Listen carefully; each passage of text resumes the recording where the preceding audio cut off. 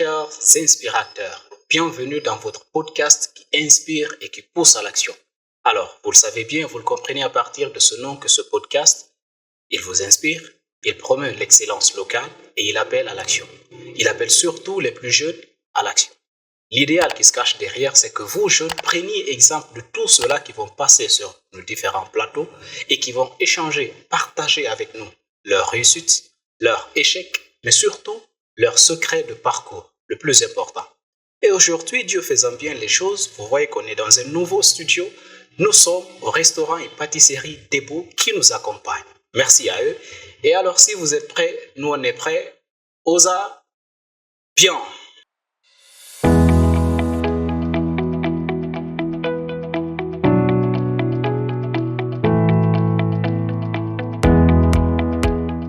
Bienvenue dans ce deuxième numéro de notre série podcast sur Inspiration. Alors aujourd'hui, nous recevons une jeune dame.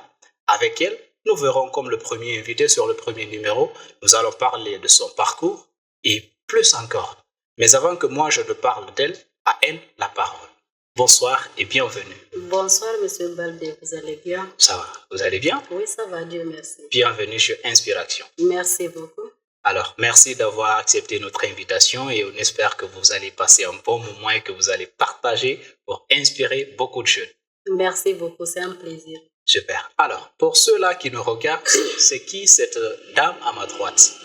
C'est Madame Ba Kadjetou Malado Ba, Ok, présidente du conseil de quartier Salonier. d'accord. Oui. Madame Ba Kadjetou Ba, une histoire de Malado Ba. Ba. Ah, ok. Madame Ba Kadjetou Malado Ba, présidente du conseil du quartier de Salam-Ndouye, c'est ça? Oui. Vous l'aurez compris, chers vous là qui nous regardez, elle est présidente d'un conseil de quartier. En français facile pour mes cousins de Fello Kundo. Elle est chef de quartier. Voilà pourquoi nous l'avons choisi pour ce deuxième numéro. C'est une nouveauté pour la Guinée de voir vraiment une femme à la tête d'un quartier. Mais avant qu'on ne parle peut-être de l'aspect avec vous, de l'aspect gouvernance, de comment vous gérez votre quartier. D'ailleurs, comment c'est parti pour vous jusqu'à être chef de quartier? Les gens aimeraient savoir peut-être beaucoup plus en détail. Si aujourd'hui on parle de Madame Ba Kadjetou Malado Ba, c'est qui réellement Madame Ba Kadjetou Malado? Bon, Madame Ba Kadjetou Malado Ba, c'est un citoyen de Salonier. Donc, si je peux revenir à mon parcours, je vais commencer par l'école primaire. Ok, allez-y. Donc, j'ai commencé en 2001 en Guinée. On était des réfugiés. À l'époque, j'avais exactement... Voilà, exactement. Nous sommes revenus du Libéria. Donc, on a commencé ici en 2001. J'ai fait la première année jusqu'en troisième année à Salonier. Ok. Après ça, nous sommes venus en ville grâce à ma soeur qui avait eu l'examen d'entrée en septième, paix à son nom. Donc, je suis venue en ville ici avec mes parents et mes frères. Donc, on a commencé la quatrième année à Gadapuncho. Ok. Donc, après quatrième, cinquième, sixième, on a intégré le collège en 2007 au collège général Lansana Conté. On a commencé là-bas aussi jusqu'à terminal. Ouais. Oui. J'ai fait le 2PC 2 fois. Ok. Donc, j'ai fait la terminale là-bas. Après ça, on m'a muté à Kanka. Waouh, sacrée Donc, transition de l'AB à Kanka. Donc, de l'AB à Kanka, j'ai pas pu y aller parce que ma maman n'était pas d'accord. Ok. Oui, parce qu'on n'était jamais séparés. Et je voyais qu'elle souffrait beaucoup. De votre absence. Elle avait beaucoup de soucis, quoi, voyant que des choses qu'on disait, si les filles sortent pour aller étudier, tout ça là. Donc, un oncle a pu me convaincre, j'ai dit d'accord, il n'y a pas de souci. J'ai changé. Okay. J'ai resté à l'abbé ici, j'ai fait Amadou Dieng. D'accord. J'ai intégré là-bas, j'ai commencé droit. Droit. Oui, j'ai fait droit à l'université. Maintenant, en troisième année, j'ai choisi l'option droit des affaires. Ok. Oui. C'est le parcours. Oui, c'est le parcours. En résumé, peut-être pour en revenir, justement, il y a une question qui me vient là direct.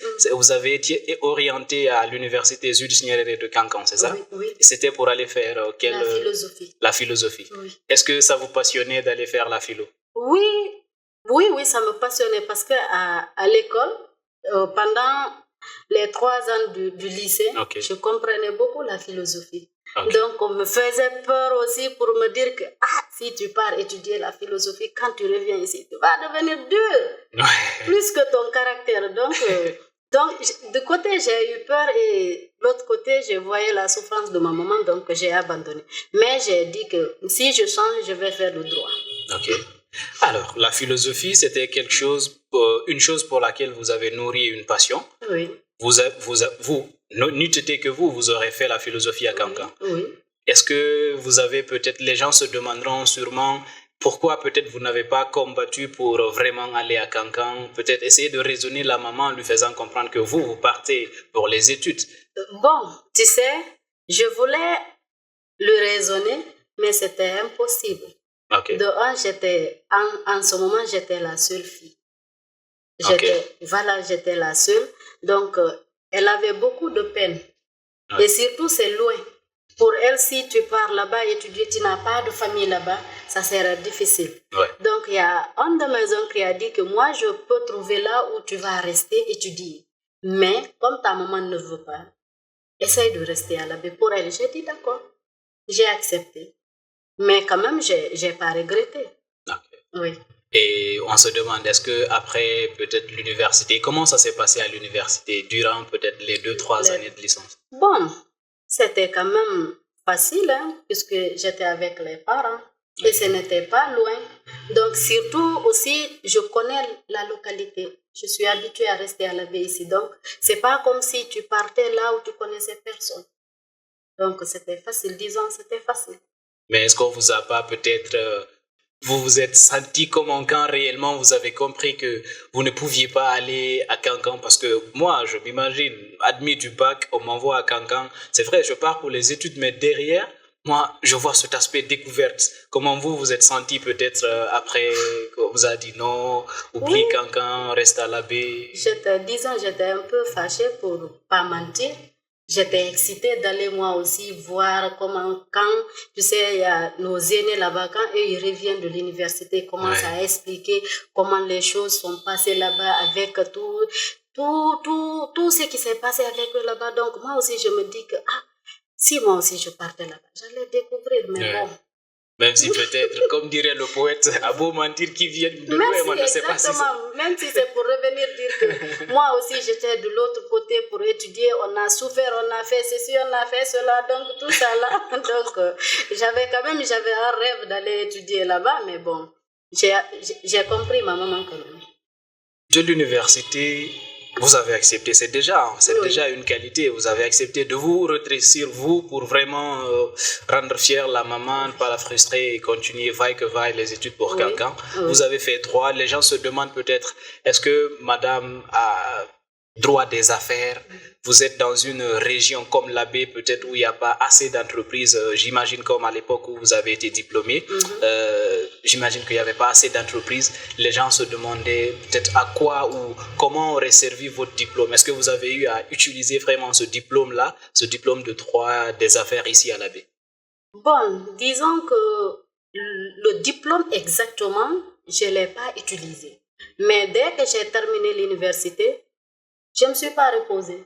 Non, intéressant. Non, je ne me suis pas reposée. Par exemple, dès qu'on a fini l'université, sans même obtenir nos diplômes, j'ai pu avoir la chance d'être juriste au compte des élections communales. C'est avec ça que j'ai commencé. Et ça aussi, on nous a appris par un test.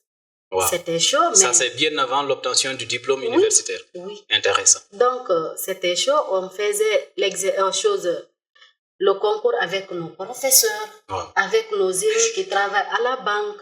Donc, si tu vois quelqu'un qui t'a enseigné et puis bon, on te dit que tu vas faire le test avec celui-ci, donc tu as tellement peur.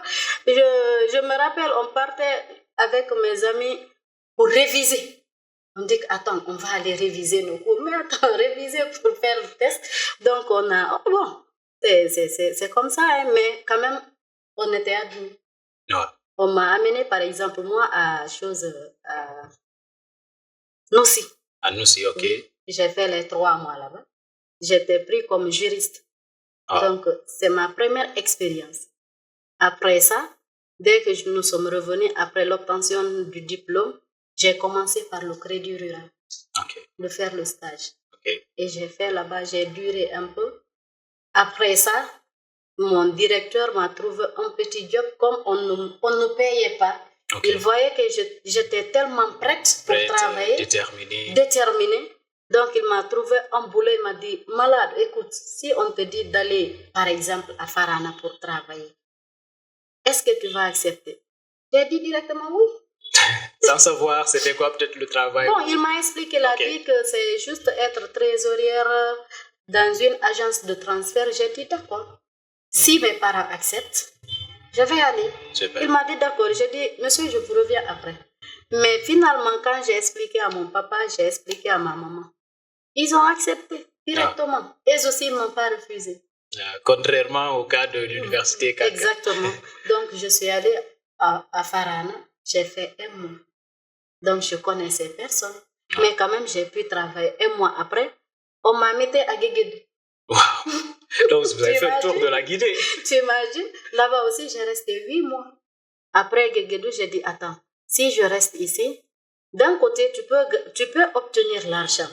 Mais ce qui m'inspire de plus, c'est la formation. Je voyais que là-bas, les gens qui sont là-bas, ils vont m'excuser, hein, mais c'est avoir l'argent. C'est l'argent d'abord. C'est pas comme chez nous à la baie ici. À chaque fois, il y a des formations. Tu vois? Mais je me demandais qu'est-ce que je peux faire là-bas pour changer au moins le travail que je suis en train de faire. Parce que moi, c'est quelque chose que je ne suis pas convaincue de fond. Vous n'êtes pas convaincue de la trésorerie. Voilà. Parce que c'est une affaire d'argent.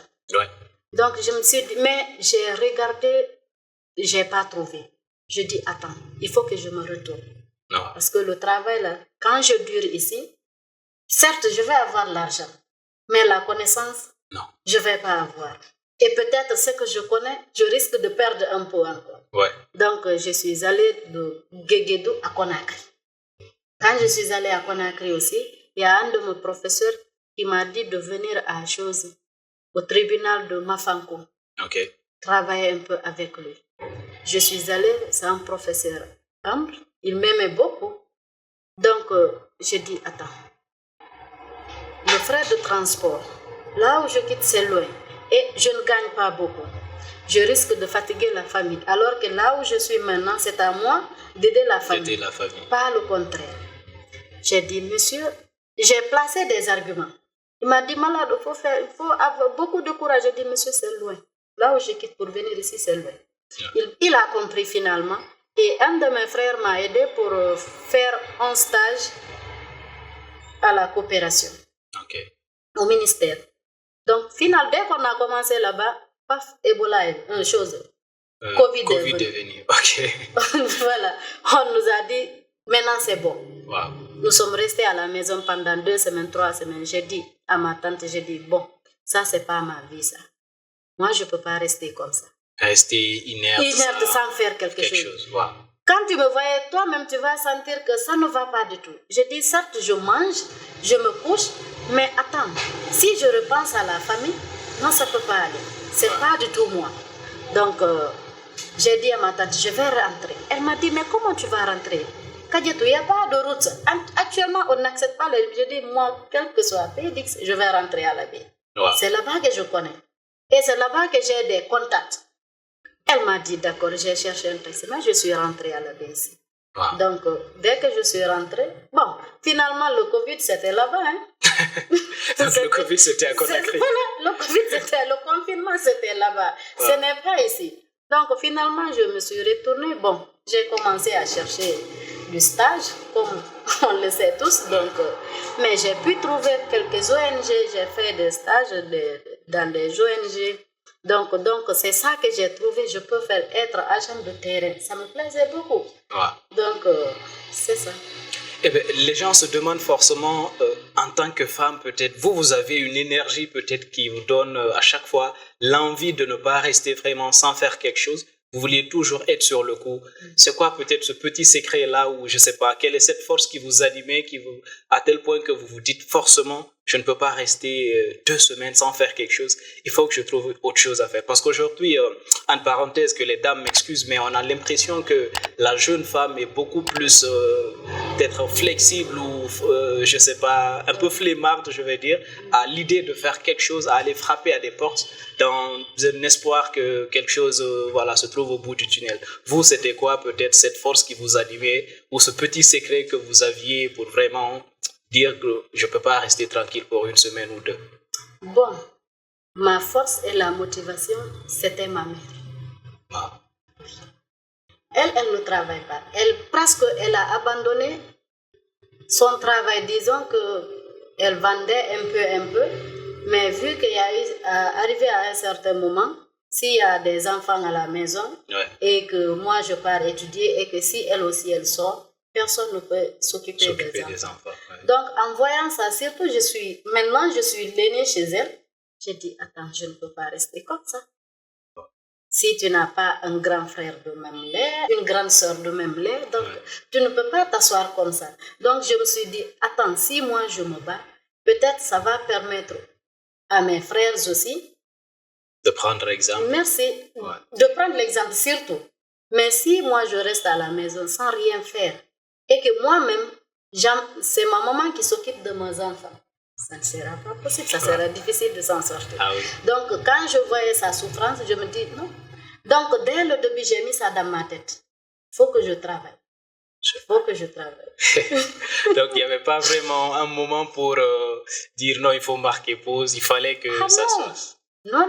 C'était obligé. Non, c'était obligé. Et surtout, ma mère, quand elle explique un peu son parcours, toi-même, quand tu vois des choses là-bas, tu vas dire, attends, c'est énorme. C'est énorme. Donc, il faut que je me bats pour elle. Je me bats pour mon papa. Il faut que je l'aide. Parce que si toi, tu ne les aides pas en ce moment, quand est-ce que tu vas le faire? Et ils ont sacrifié leur vie pour toi. Ah oui. C'est ça aussi. Et c'est très important aussi la question de redevabilité. Peut-être aujourd'hui, les parents t'ont servi jusqu'à un certain niveau. Si tu peux, il faut le faire. Mais j'ai envie peut-être qu'on reste toujours dans ce sillage fraîchement sorti de l'université. Vous êtes peut-être à la recherche d'un stage, de votre premier stage, derrière, chez la communauté Peul. Le plus souvent, chez nous, la communauté Peul, on a l'impression que dès que tu finis l'université, tu ramènes le diplôme à la maison. Tu commences à faire des mouvements pour chercher un petit stage, un petit boulot en parenthèse si ça vient. Il y a parfois un délaissage du côté de la famille. Est-ce que vous avez eu à vivre cela? Non. J'ai toujours eu la soutenance de ma famille. Si je parle à ma maman, elle me comprend directement, elle m'encourage. Et mon papa aussi, lui aussi, il m'encourage beaucoup. Quand tu les parles que tu as envie de faire quelque chose ou bien tu as gagné quelque chose, quand tu vois la joie au visage, toi-même tu vas dire, je vais faire plus. Je vais augmenter encore. Donc c'est tout.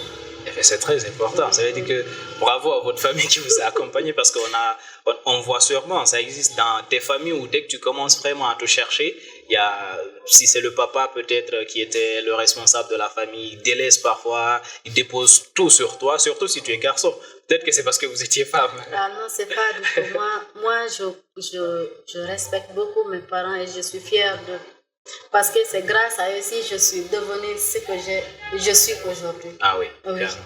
Parce que si eux ils ne m'avaient pas encouragée, moi aussi j'allais délaisser, comme les autres. Donc j'allais regarder ce que faisaient les autres filles à mon âge. J'allais moi aussi les suivre. Mais toujours, il y a ma maman qui est là, qui est voilà, exactement. Elle est toujours derrière. Parce que pour elle nous rappelait tout. Je dis, moi, si j'avais étudié, mais comme moi, je n'ai pas eu la chance d'étudier, vous avez eu la chance.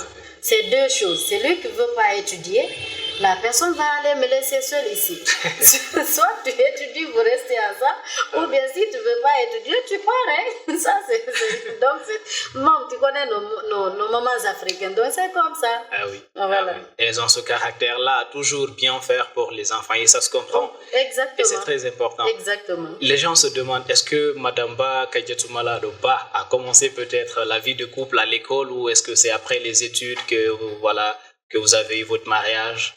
Bon, mon premier mariage, Okay. je l'ai eu quand je faisais la 2e année. À l'université. Oui. Okay. J'ai eu mon premier garçon quand je faisais la 3e année. Ah. Oui.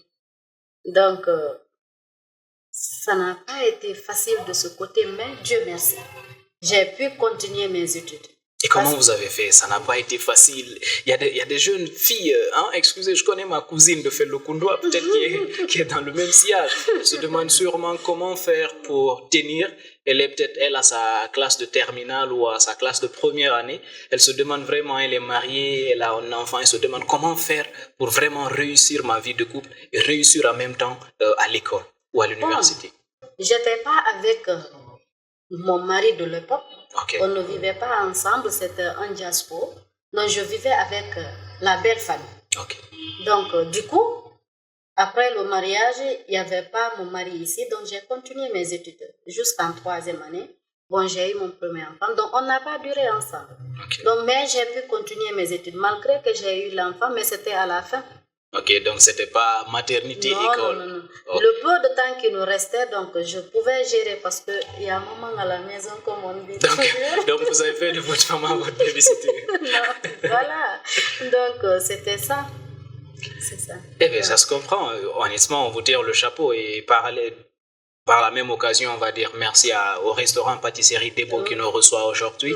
Et avant de continuer, peut-être, avant de toucher l'aspect gouvernance locale, là où j'aime beaucoup, je voudrais vraiment beaucoup qu'on aborde le plus. Mais on va rester toujours sur ce parcours de femmes au foyer, femmes dans les ONG. Comment vous avez vraiment pu gérer? Vous avez fait des services à Farana, à Kekidou, Conakry, la baie des ONG, sachant qu'après, il y a eu peut-être le deuxième mariage. Est-ce que le mariage qui a suivi, vous étiez encore dans la vie associative? Oui, je faisais le stage à l'ONG ASDG, Action pour la santé et le développement. Okay. Donc, bon, après le mariage, je suis allée à Conakry rester un tout petit peu parce qu'il y avait ma belle-mère paix à son nom. Okay. Elle vivait là-bas, donc j'ai eu la chance de rester avec elle jusqu'à son décès. Donc après ça, je me suis retournée à la baie et j'ai continué. Mais vous êtes forte, hein? On se demande vraiment comment vous parvenez à faire en tant que mère au foyer et dans les organisations. C'est quoi cette force que vous avez peut-être? C'est très simple. Moi, je peux dire c'est le courage. Si tu as l'ambition, tu peux réussir. Si tu décides de faire quelque chose, tu vas le faire. Et surtout aussi, j'aime bien me comparer à nos grandes dames. Okay. Exemple, je vais prendre Madame Koumancho, dont j'ai eu la chance de rester avec elle pendant mes études jusqu'à l'instant même. Donc, quand je vois une femme très active, surtout dans la société, je me dis, attends, moi aussi, je vais être comme ça. Il faut que je ressemble à elle. Voilà, exactement.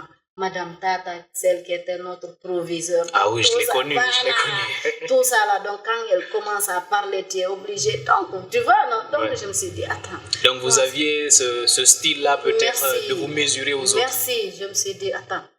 Moi, j'ai étudié, mais ce n'est pas pour rester à la maison. Non. Je disais même quand j'étudiais avec nos amis, tu sais, quand les enfants se retrouvent, chacun parle de son rêve. Je disais, moi, c'est le gouvernement et ils vont me payer mes bics. Ils vont me payer mes bics, donc je vais travailler. Je vais être reconnue. C'est ça. Donc, à chaque fois, je vois une femme, donc voilà. Donc, je suis obligée, moi aussi, je dis, attends, moi aussi, je vais être comme ça. Il faut que je fasse quelque chose. Donc, c'est comme ça. C'est très important. Vous l'aurez compris, vous que nous suivez, il faut vraiment avoir cet esprit, si je vais dire, de se mesurer, l'audace, parce que c'est de l'audace. Oui. Dire, voir quelqu'un qui excelle dans tel domaine comme Hadja Zainab Koumancho aujourd'hui, première poétesse de Guinée. Je ne sais pas combien de livres elle a écrit, j'en ai lu combien, je ne sais pas, mais Je sais que chaque année, elle écrit un livre.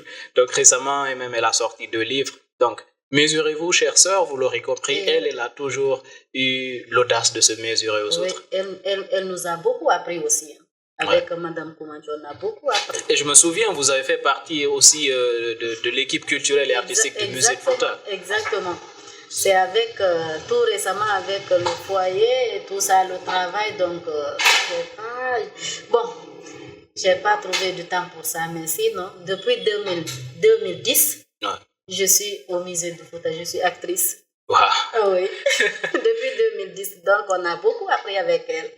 Et c'est grâce à elle aussi si on ose parler devant les gens sans avoir peur ni rien. Donc, c'est parce qu'elle nous a appris. Bravo et merci à elle. Pour en revenir à l'aspect gouvernance, c'est nouveau pour vraiment le livre administratif guinéen de voir une femme à la tête d'un quartier. Vous l'avez dit à l'entame de cette émission, vous êtes chef de quartier de Salandouyébé, je vais le dire comme ça, donc présidente du conseil de quartier de Salandouyébé. On a connu des femmes comme Dr Makale dans la politique.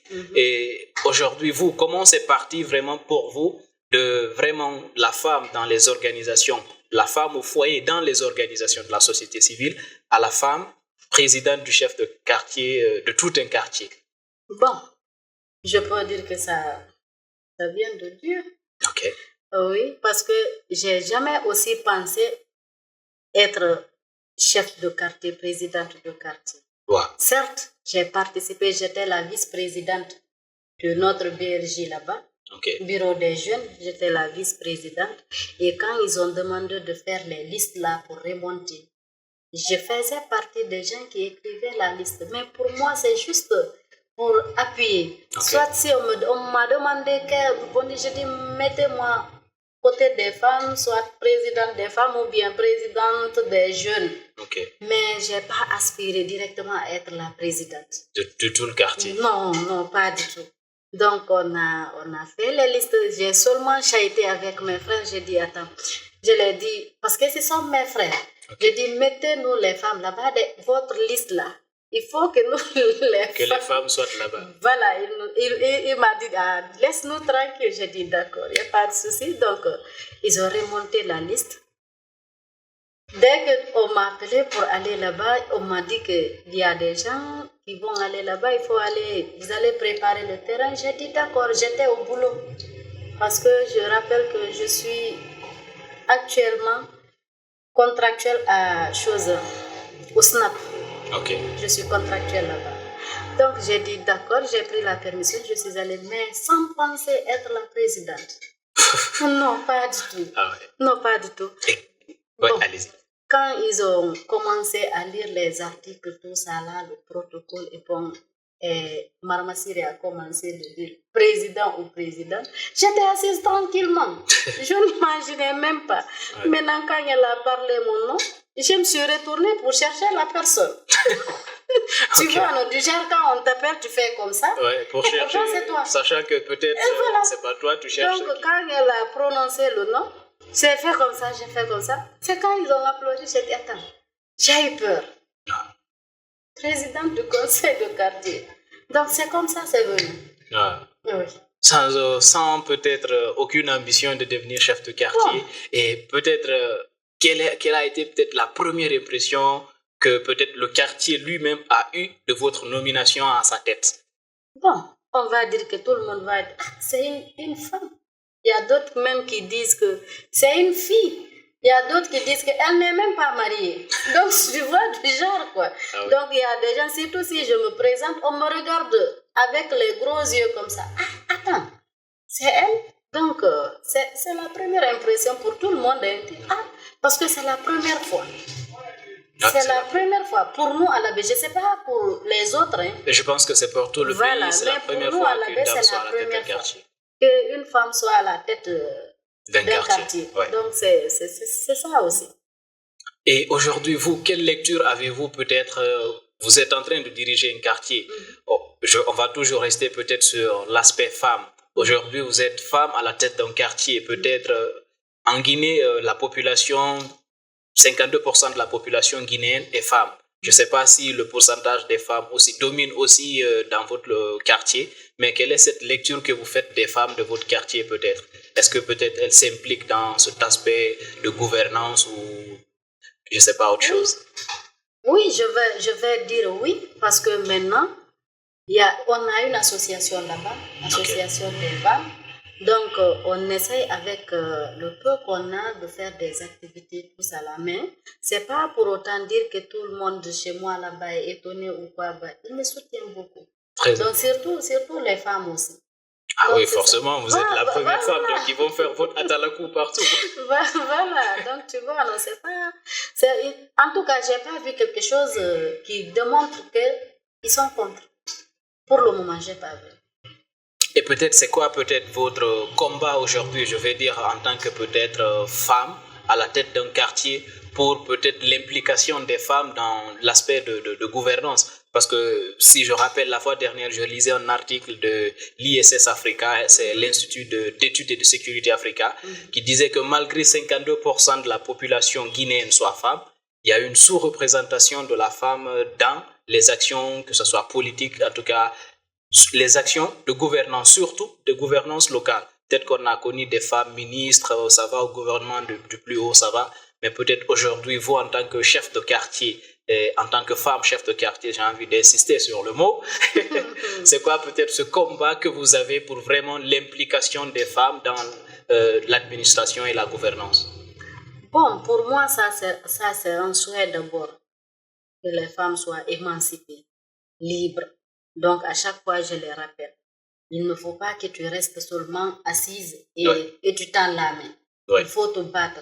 C'est pas dire que forcément nous tous, on va étudier. Ah non, je les ai dit. J'ai dit, c'est pas parce que c'est peu de gens entre nous qui ont pu terminer les études. Même ceux qui n'ont pas étudié peuvent travailler, peuvent faire quelque chose. Parce que si tu constates bien, il y a certains entre nous qui n'ont pas fait du tout des études.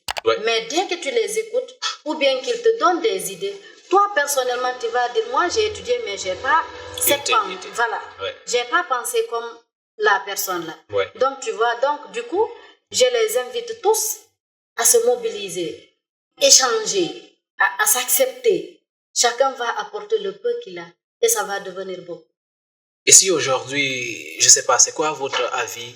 Vous pensez que si peut-être les femmes sont sous-représentées dans le gouvernement, peut-être l'administration locale, vous pensez que c'est dû à quoi? Parce qu'aujourd'hui, je me souviens quand on avait la charte de la transition, dans la charte, il était stipulé qu'au niveau du CNT, il devait y avoir 30% des femmes, ce qui a rehaussé le niveau de participation des femmes qui était à 14% dans l'administration. Donc, c'est parti jusqu'à 30%. Aujourd'hui, avec la nouvelle constitution, je ne sais pas si ça tient toujours que la participation des femmes soit à 30%. Peut-être vous, est-ce que vous pensez que 30% là suffit pour vraiment que la femme soit pleinement dans l'administration ou bien dans la gouvernance locale? Est-ce que vous pensez que ces 30% là suffisent? Bon, on va dire que les 30% là, ça c'est pour un debout. Ok, mais ça fait 5 ans maintenant. Non, c'est pour un debout. Peut-être ils vont augmenter, mais ça, ils doivent augmenter.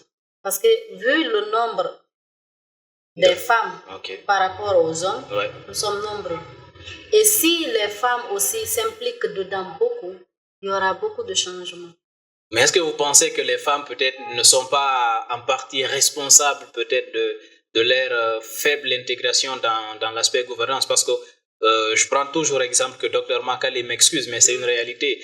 Les dernières élections présidentielles auxquelles elle était candidate, elle n'avait pas pu voter pour elle-même. Parce que sa carte n'était pas, je ne sais pas, valable ou quoi, alors qu'elle était à la tête d'un parti. Elle aurait pu peut-être savoir que sa carte n'était pas valable pour vraiment régler cela avant de venir avoir tout ce qu'elle a eu devant les caméras là le jour de l'élection, mais elle n'avait pas pu voter pour elle-même alors qu'elle était à la tête d'un parti. Et est-ce que vous pensez que peut-être que si les femmes sont sous-représentées dans le mouvement politique guinéen, sur le cahier ou le livre politique guinéen, vous ne pensez pas peut-être que c'est dû peut-être à la volonté de la femme de ne pas être dedans peut-être, ou je ne sais pas, autre chose? En tout cas, qui émane de la femme. D'un côté, on peut dire ça. D'autre côté aussi, on peut dire que peut-être c'est un manque de vigilance ou quelque chose comme ça. Mais je sais que maintenant, disons après ça, jusqu'à maintenant, on voit beaucoup d'évolution aux côtés des femmes.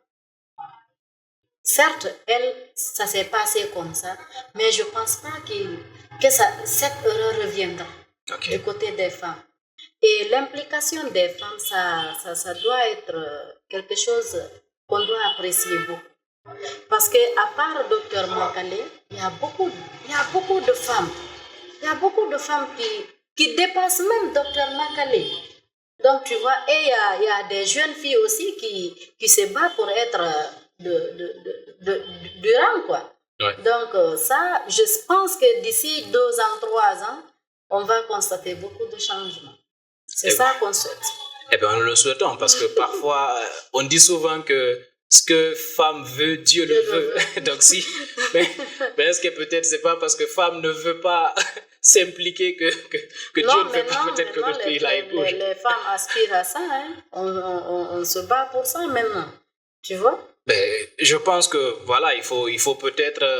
Qu'est-ce que vous pensez, vous, peut-être, pour une meilleure implication des femmes, je vais dire. Je prends exemple sur tout ce qui est aspect technique, par exemple, dans les universités, on retrouve moins de femmes dans les départements de mathématiques, physique. En tout cas, on voit ça comme un truc d'homme. Est-ce que parfois ce n'est pas la femme elle-même, peut-être, qui fait en sorte que l'opinion publique pense d'elle ce qu'elle affiche, peut-être qu'elle ne veut pas peut-être vraiment à tout prix dévoiler ou reconnaître. Mais parce que si on prend dans les universités, dans tout ce qui est aspect technique, branche technique, on retrouve moins les femmes. Est-ce que vous pensez que la femme n'est pas peut-être à moitié, même si ce n'est pas totalement, mais à moitié responsable de sa faible implication dans les actions de gouvernance ou autre chose? Bon, de ce côté, moi, ce que je peux te dire, c'est que de ne pas oublier, il y a une chose qui nous empêche beaucoup entre nous les femmes. Parce que si, exemple, celui qui aspire faire les mathématiques, les sciences exactes, si tu es femme au foyer, tu as des enfants, tu s'occupes des enfants, même dans la famille, tu as tellement de choses à la tête. Donc, prends aussi mathématiques et tu mets ça dans ta tête. Donc, c'est difficile. Si tu n'as pas de soutenance, ça serait un peu difficile. Ça aussi, c'est un aspect qui nous empêche beaucoup. Et surtout aussi, tu vas voir depuis, disons, à chaque fois, nous, on a des occupations. La femme, on nous a inculqué ça. Le matin, c'est toi qui fais tout. Même avant d'aller à l'école, nous sommes obligés de balayer, de faire la vaisselle, tout ceci, tout cela. Donc, tu vois, non? Ouais. Du genre, donc, ça aussi, ça peut ralentir, hein. Mais heureusement, maintenant, ce que je t'ai dit au début, les femmes se battent. Voilà, elles se battent maintenant. Même s'il y a trop de choses à étudier, elles préfèrent cumuler tout. Mais tu vas arriver à l'université et prendre... Par exemple, moi, pour les sciences exactes, là, bon, je me cache. Hein. Non, sérieusement, je me cache. Ah ben parce que parfois, si on voit aujourd'hui à l'état où peut-être notre pays il est, on se dit que le pays a beaucoup plus peut-être besoin de techniciens peut-être que de bureaucrates. Exactement. Parce qu'il faut savoir que si on veut, le pays, 60 ans après l'indépendance, on est encore dans une phase de création de nouvelles choses. Si on prend concurrentiellement avec les pays voisins, on est vraiment en retard. Peut-être qu'on est en train d'innover, mais on retrouve moins les femmes dans l'innovation. Quel serait peut-être votre mot à l'endroit des femmes pour vraiment les amener à aller faire des domaines techniques, à vraiment s'impliquer dans la gouvernance de notre pays, dans les actions qui entrent en vigueur dans le cadre de l'émancipation de notre patrie, la Guinée? Donc, avant de parler de ça, je veux juste te rappeler que si la femme arrive, par chance, arrive jusqu'à l'université sans se marier, tu verras cette femme-là et celle qui s'est mariée à 10e, 12e, celle qui n'est pas mariée, elle peut réussir. Ouais. C'est elle qui va faire les sciences exactes, hein? Bien sûr. Mais si, voilà, c'est ça le rapprochement, quoi. Donc, l'autre est moins occupé, l'autre est occupé. Mais est-ce que vous pensez que cet aspect-là ne peut pas se gérer peut-être? Cet aspect, peut-être, il peut se gérer. On peut vraiment avoir, je vais dire, une bonne planification pour pouvoir, même si on est femme au foyer, gérer notre foyer et en même temps gérer nos études. Bien sûr, c'est ça que je te dis, que si tu as une soutenance, tu peux le faire. Si on te soutient, tu peux le faire. Et n'oublions pas aussi de rappeler, si les hommes soutiennent leurs femmes, elle va y arriver. Mais il y a certains d'entre vous là-bas qui mettent les bâtons. Donc, difficilement, elle va sauter. Difficilement. Donc, moi, tout ce que je peux demander à mes sœurs, aux femmes, c'est d'accepter de s'armer de courage. Surtout le courage. De ne jamais abandonner. Quels que soient les obstacles, il faut juste te fixer un objectif pour réaliser. Parce que dès que tu as quelque chose dans la tête, tu te dis que je vais faire ceci. Tu acceptes, tu continues, mais de ne pas délaisser. Très intéressant. Peut-être dernière question, ou peut-être avant-dernière question, ou juste une question de savoir. Aujourd'hui, vous êtes à la tête d'un quartier. Gérer un quartier, est-ce que c'est facile? Non, c'est pas facile. Et comment vous parvenez à gérer les problèmes de tout un quartier? Parce que je me souviens dans les petits cinémas qu'on regardait quand on était encore plus petit, on voit à chaque fois petits problèmes de couple, je sais pas, entre éleveurs et cultivateurs. Maïnka, chef quartier, on le dit souvent, bon, allons voir le chef quartier. Aujourd'hui, vous, jeune encore à la tête d'un quartier, comment vous parvenez à gérer vraiment les problèmes de tout un quartier, comme ça, l'Andouillé, qui est vraiment un grand quartier? Bon, Dieu merci, je vais dire Dieu merci. C'est pas facile, mais on arrive à gérer quand même. Et comment vous faites? Les gens ont envie de savoir. Peut-être que ma cousine de Fello Koundou, elle veut devenir chef de quartier, peut-être elle aussi à l'avenir. Elle est encore au lycée, mais peut-être qu'elle veut plus tard être présidente. De ne pas avoir peur du tout. C'est pas facile, mais bon, tu sais, si tu veux gérer quelque chose, il ne faut pas venir, tu t'imposes directement. Ah non. Il faut essayer d'être plus proche de la communauté. Par exemple, moi, chez moi, tout ce que j'ai des problèmes pour régler, je m'approche toujours des sages. Et surtout, l'ancien aussi, je m'approche de lui pour demander de conseils. Je ne me lève pas un bon matin pour dire c'est ça ou bien c'est ça. Non. Il faut toujours chercher des gens à qui tu as confiance, qui peuvent te conseiller et que tu sois attentif. Et pas d'être trop pressé aussi ou bien, voilà, donc avoir le cœur pompé comme ça, crier ou bien être sévère. Ça ne peut pas aller comme ça. Tu sais, tu vas m'excuser, chez nous les Peuls, tu sais, un Peul, il n'accepte jamais que tu lui fixes des règles. Tu vas faire ça. Ah non. Même si la personne a l'envie de faire, dès que tu t'imposes, il va dire, je ne vais pas le faire. Pour voir là où vous allez... là où ça va mener. Merci. Donc, il ne faut pas être exigeante. Par exemple, non. Il faut aller pas à pas. S'il y a un problème chez moi, je m'approche des sages. Ils sont là. Et aussi, Dieu merci, le quartier Salandouébé, je peux dire, ce n'est pas comme les quartiers en ville ici. Non, tu sais, nous, voilà, nous, c'est nous. Donc, en ville ici, il y a tout le monde. Donc, gérer, voilà, beaucoup voilà. Donc, c'est pas facile. Mais moi, chez moi, là-bas, Dieu merci. Donc, vous avez cette approche avec l'ancien président qui était là. Étant une femme aussi, tu sais, c'est pas facile de vous approcher, vous les hommes aussi. C'est pas du tout facile. Donc, il y a certaines choses, et surtout, il y a des lieux où la femme ne va pas mettre ses pieds là-bas. On a ça chez nous. Mais, avec mes membres du conseil, voilà.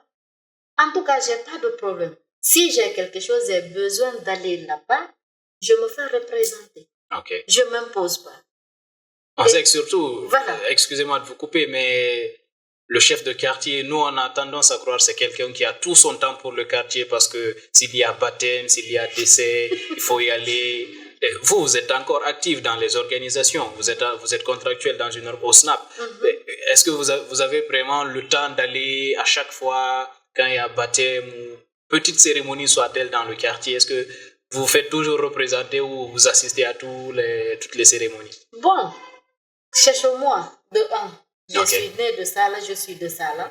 Et je me suis mariée là-bas. Troisième mois aussi, je suis la présidente. Donc, je ne me prends pas comme la chef. s'il y a une cérémonie, tu vas me trouver en train de préparer avec les autres femmes. Non, c'est pas parce que je suis la présidente donc je vais dire voilà. Okay. Maintenant c'est bon. Voilà, c'est bon. Non. Ah, oui. S'il y a des cérémonies, si je ne travaille pas ce jour-là, et si ça coïncide avec si j'ai un beaucoup de travail, parce que des fois je suis sur le terrain. Là où tu aimes parler, faire le kundoua, là, des fois c'est là que nous retrouvons. Ah, oui. Tu vois, non? Ah, oui. Donc à chaque fois, s'il y a des cérémonies là-bas, si j'ai le temps, je pars là-bas. Des fois, on passe la nuit pour préparer. Et aussi, je suis là-bas. Donc, vous êtes proche de la communauté. Voilà, exactement. Donc, c'est pas parce qu'on m'a nommé, je vais dire que maintenant, pour les cérémonies, là, il faut que j'attende une invitation pour aller ou bien. Non. Je m'implique. Et je pense que la communauté va vous aider. Je suis avec la communauté. Non. Je suis avec eux. Donc, il y a d'autres qui t'appellent par ton nom, il y a d'autres qui te disent présidente, tout ça là. Donc, il y a d'autres qui disent yaye, tout ça là. Donc, non, c'est simple. Tu sais, si tu veux être avec eux, tu vas rester comme eux. Ouais. Étant agent de terrain, c'est comme ça on a l'habitude. Et c'est la règle. Ouais. Si tu veux que quelqu'un t'approche, il faut que tu sois comme la personne. Ouais. Mais si par exemple, moi je pars à faire le kundoua, je m'habille avec une veste ou bien un grand boubou de 1,8 million là, je pars là-bas, est-ce qu'ils vont m'écouter? Non, pas forcément. Voilà. Donc, avec la communauté aussi, par là, c'est comme ça. Ouais. Tu t'intègres, tu respectes les gens, et puis on te respecte. Parce que le respect aussi, c'est toi. Ah oui. C'est ça. Donc, Dieu merci, j'ai pas de problème. Est-ce que vous avez eu vraiment, jusque-là, on sait que c'est nouveau peut-être, nouvellement que vous êtes venu à la tête du quartier, mais est-ce que vous vous êtes confronté à un problème dans le quartier, ou même si ce n'est pas un problème, en tout cas à une réalité, et à tel point que vous vous dites non, c'est bon, il faut que j'arrête, il faut que j'abandonne? Bon, sans mentir, des fois, ça peut arriver. Et comment vous surmontez? Tu sais, ça, c'est la patience. Et l'écoute. C'est tout. Ouais. Dès que un problème vient, si je trouve que c'est trop, je me retire, je m'approche. On te montre la voie. Facile. C'est tout. Mais si le problème est là, tu te lèves, tu bats le cœur, ça va pas marcher. Pas du tout. Ah oui. Non, pas du tout. Eh bien, peut-être nous tendons vers la fin de ce numéro. J'ai envie de poser une question. Tout jeune aspire à faire quelque chose de grand. Je vais dire par là, on a un rêve. Moi, par exemple, tout jeune, je voulais vraiment devenir un pilote, mais je n'ai jamais eu la chance de prendre l'avion. Mais aujourd'hui, chacun, tout jeune, a un rêve qui est vraiment, comme on le dit, un grand rêve, un rêve fou, qu'il veut coûte que coûte réaliser. Vous, c'était quoi ce rêve que vous aviez? Moi, toute petite, je rêvais et je rêve d'aller étudier, augmenter la connaissance et revenir être une grande personnalité. Et c'est toujours un rêve? Oui, c'est toujours un rêve parce que je ne veux pas me limiter ici. Ah non! Peut-être un jour on va dire que c'est la ministre, pourquoi pas la présidente? Donc c'est ça. Personne ne sait. Voilà, donc je rêve toujours d'aller augmenter les études. Ça, c'est un rêve pour moi. Et je sais que peut-être par la grâce de Dieu, ça va se réaliser. Mais je rêve aussi d'occuper un grand poste. L'administration va payer vos pics. Ou ailleurs. Donc c'est comme ça. Ah oui. Donc c'est comme ça. Donc quand, par exemple, on m'a dit que tu es devenu chef, je me suis rappelé, j'ai dit, attends, peut-être ça va aller. Pourquoi? Parce que depuis que j'ai commencé l'école, de la première année primaire jusqu'à la 3e année université, j'ai toujours été la chef de classe. Ah, toujours. Vous savez, la chefferie, vous l'avez ça dans le sang. Depuis toujours, de la première année primaire jusqu'à l'université, j'ai toujours été la chef. Par exemple, à l'université, on était au nombre de 20. 2 filles, 18 garçons. Donc, si on me demande si j'ai peur de m'approcher des hommes, non. Je me suis habituée maintenant tellement que je m'approche trop des hommes pour intégrer le groupe des femmes là, de faire mon cœur pas comme ça. Donc je ne sais pas comment m'y prendre. Mais avec les hommes, et j'ai grandi comme ça. Ouais. J'ai grandi comme ça. Parce qu'il y a certains qui ne faisaient même pas la différence entre moi et mon frère. Ils disaient, toi, ta copine, là, elle est... Voilà, tu vois, non? Ah ouais. Donc, j'ai toujours eu des groupes de garçons. Ah ouais. Donc, voilà. Donc, c'est ça. Donc, je rêve d'aller loin. Elle rêve toujours d'aller continuer ses études, vous l'aurez compris, et c'est ici qu'elle a dit dans ce deuxième numéro de notre série podcast. Où on était aujourd'hui, c'était au restaurant pâtisserie Debo, et vous l'avez compris, c'était notre invitée, Madame Ba Kadjatou Malado Ba. Elle insiste encore sur le Ba. Ah ouais. Eh bien, merci à vous de vous être prêté à notre antenne, et si vous avez quelques mots peut-être à rajouter, c'est la fin de cette émission. Bon, merci vraiment à vous d'avoir pu penser à moi. Merci. Voilà, donc, et merci au restaurant Debo. Donc, ce que je peux augmenter aussi, c'est merci à mes parents. C'est grâce à eux que je suis là. Et je vais demander à toutes les femmes de se réveiller, d'accepter, d'avoir le courage et de travailler. Que ce soit celle qui a étudié ou non, même celles qui ont fait des métiers, elles aussi, elles ont leur mot à dire. Donc, d'accepter de travailler et de s'armer de courage. Merci. Merci beaucoup. Chères femmes, acceptez de vous réveiller, de prendre le courage et de travailler. Vous l'aurez compris, ce sont les mots de notre invitée, Madame Ba Kadjatou Malado Ba. Eh bien, si moi aussi je devais vous dire quelque chose, si vous êtes de passage à la baie, que vous avez vraiment besoin de prendre une bonne bouffe, passez au restaurant pâtisserie Debo et on se dit au prochain numéro. Peace.